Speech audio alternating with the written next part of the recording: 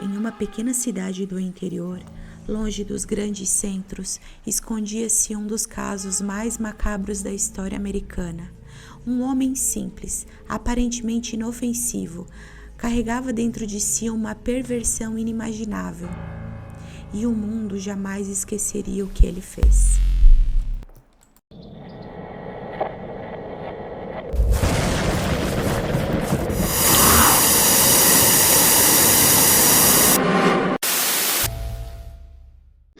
O nome dele era Edward Theodore Gein, mas todo mundo o chamava de Ed. Ele nasceu em 27 de agosto de 1906, lá em Wisconsin, nos Estados Unidos. Tinha um irmão mais velho chamado Harry. A família era pobre, vivia só do trabalho na terra.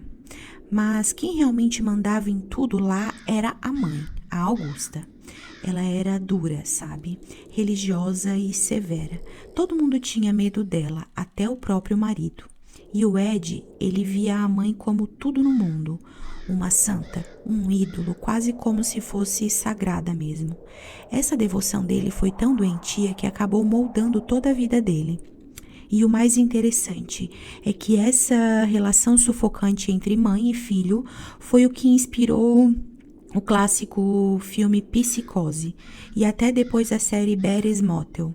Eles tinham um vínculo mórbido, pesado, daqueles que ultrapassam qualquer limite do normal e que acabou virando base para uma das histórias mais sombrias do cinema, inclusive o Massacre da Serra Elétrica, O Silêncio dos Inocentes. O pai dele, o George, era alcoólatra, violento e espancava o Ed sempre que o via chorando. Homens de verdade não choram, ele gritava. Imagina uma criança ouvindo isso, deixou marcas profundas. Na escola, Ed era alvo de bullying, baixinho, tímido, com o olho caído. Ele era gentil, porém muito solitário. E ainda por cima, quando criança, presenciou coisas bem fortes na fazenda. Por exemplo, viu animais sendo enforcados. Apesar dessa ser uma prática bem comum para quem tem fazenda e usa os animais para se alimentar, né? Mas o que é mais assustador nisso tudo, enquanto qualquer criança ficaria horrorizada com as imagens, o Ed reagiu de forma estranha. Ele se sentiu excitado. Mais tarde, a Augusta pegou ele se masturbando, e para ela sexo era um pecado mortal. Todas as mulheres eram imundas, todas menos ela. Imagina o peso disso. Esses ensinamentos distorcidos deixaram Ed cheio de vergonha do próprio corpo, a ponto dele desejar ter nascido mulher. Em 1940, o pai George morreu de problemas cardíacos. O irmão dele, mais velho, Harry, começou a se rebelar contra a mãe. Começou a se encontrar com uma mulher divorciada e ainda criticava Augusta abertamente. Para o Ed, aquilo era insuportável. Para ele, a mãe era intocável. E aí, na primavera de 1944, aconteceu algo muito estranho. Um incêndio tomou conta do campo perto da casa deles. Os dois foram apagar as chamas. Horas depois, encontraram o corpo de Harry. A versão oficial, infarto durante o fogo, mas havia feridas suspeitas na cabeça dele. E até hoje, muita gente acredita que foi o próprio Ed quem matou o irmão. Pouco tempo depois, a Augusta sofreu um derrame. O Ed cuidou dela até o fim. Em dezembro de 1945, ela morreu. Ele tinha 39 anos. E olha, a vida dele simplesmente desmoronou. Sem amigos, sem esposa, sem ninguém. O mundo dele sempre tinha sido só a mãe. Devastado, ele deixou o quarto dela intocado, como se fosse um santuário, e começou a se perder lendo livros macabros, histórias de tortura, de anatomia e até de canibalismo. A casa dele virou um depósito de lixo e a mente um abismo sombrio. Ed mergulhava cada vez mais em leituras sombrias. Um dos livros preferidos dele era sobre Ilse Koch, uma criminosa nazista que usava a pele tatuada de prisioneiros para confeccionar objetos. E ele ficou fascinado com isso e logo se transformou em uma obsessão. Começou a visitar cemitérios à noite. Dizia conversar com o túmulo da mãe. Na cabeça dele, as mulheres mortas estavam livres do pecado. e foi aí que começou a desenterrar cadáveres. Levava os corpos ou parte dos corpos para casa. O objetivo? Costurar uma roupa feita de pele humana e literalmente se transformar em Augusta, na própria mãe. Essa parte da história inspirou diretamente o personagem do massacre da Serra Elétrica. Neste período, 2 mulheres desapareceram em Plainfield. Mary Hogan, dona de um bar, 1954, Bernice Order, dona de uma loja de ferragens, 1957. No dia 16 de novembro de 1957, o filho de Bernice, o Frank, foi até a loja da mãe e a encontrou fechada. Lá dentro, uma poça de sangue.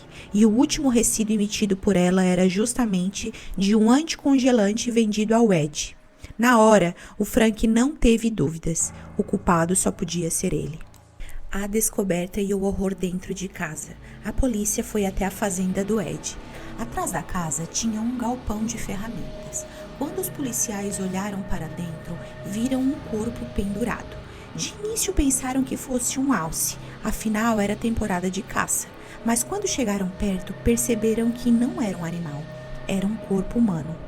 O corpo de Bernice, pendurado pelos tornozelos, decapitada, aberta, como se fosse uma caça abatida. Enquanto isso, a polícia arrombava a casa de Ed. E o que eles encontraram lá dentro é até difícil de descrever. Montanhas de lixo e tralha. E no meio de tudo isso, restos humanos. Sacos de ossos, órgãos em formol, caveiras usadas como cinzeiro, outras fixadas na cabeceira da cama. Tinha também cadeiras estofadas com pele humana, abajures cobertos de pele, ossos pendurados nos pés da mesa, um avental feito de pele, uma máscara, um colete costurado com retalhos de pele e até cinto feito de mamilos humanos. Além disso, teve 9 genitais femininos conservados. Quando perguntaram se ele fazia isso por perversão sexual, o Ed respondeu que não. Disse que nunca se relacionou com os corpos porque cheiravam mal. Morreu virgem, sem nunca ter tido uma relação em sua vida, e explicou assim: escolhia mulheres por causa dos cabelos. Precisava dos cabelos longos para os meus materiais, dizia ele. As autoridades concluíram que os restos pertenciam a pelo menos 10 mulheres diferentes. Esse cenário macabro acabou inspirando diretamente o personagem Buffalo Bill no filme O Silêncio dos Inocentes. Preso, o Ed confessou os assassinatos de Mary e Bernice. As outras mulheres, segundo ele, já estavam mortas quando ele tirou do cemitério. Para ele, todas eram como sua mãe, e tudo fazia parte do plano de se transformar em Augusta. Ele foi diagnosticado com esquizofrenia, considerado incapaz de responder pelos atos. Passou o resto da vida num hospital psiquiátrico. Em 26 de junho de 1984, aos 77 anos, Ed morreu de câncer no pulmão. Foi enterrado em Plainfield, no mesmo cemitério onde ele profanava os túmulos. Com o tempo, fãs macabros começaram a roubar pedaços da sua sepultura. Até que no ano 2000 levaram ela inteira. Hoje, a sepultura está sem nome. Chegamos no final dessa história sombria e me fala, o Ed, para você, ele foi um homem cruel ou apenas alguém completamente destruído pela própria mente doente? Para alguns, ele foi um monstro. Para outros, retrato do que acontece quando distúrbios graves não recebem atenção. Mas de um jeito ou de outro, o nome dele ficou marcado para sempre no imaginário popular. E não só como criminoso, mas também como inspiração por trás de alguns dos maiores ícones do terror do cinema. Me conta, o que achou dessa história?